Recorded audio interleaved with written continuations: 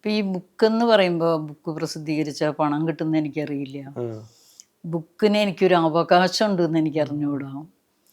ഞാനുണ്ടാവണം ബുക്കിൽ, അത് മാത്രമാണ് എൻ്റെ കാഴ്ചപ്പാട്.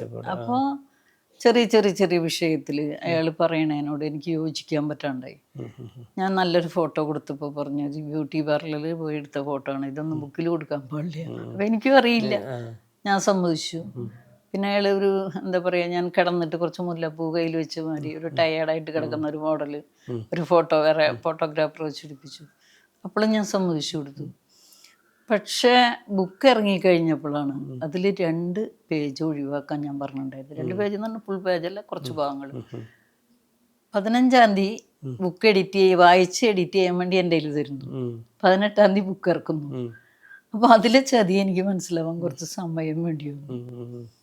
എൻ്റെ വേറെ കുറേ കൂട്ടുകാർ പറഞ്ഞു ഇനി 15-ാം തീയതി നിൻ്റെ കയ്യിൽ വന്നിട്ട് 18-ാം തീയതി ബുക്ക് റിലീസ് ചെയ്യാം. അപ്പോൾ ബുക്ക് ഓൾറെഡി അവിടെ ശരിയാണ്, അപ്പോൾ ഇത് മാറ്റാനും പറ്റില്ല. അത് ജീവിതത്തിൽ പല ഭാഷകളും പോലെ എനിക്ക് തോന്നി. അല്ല അങ്ങനെ പറ്റില്ല എന്നുള്ളത് ഒന്നുമില്ലല്ലോ.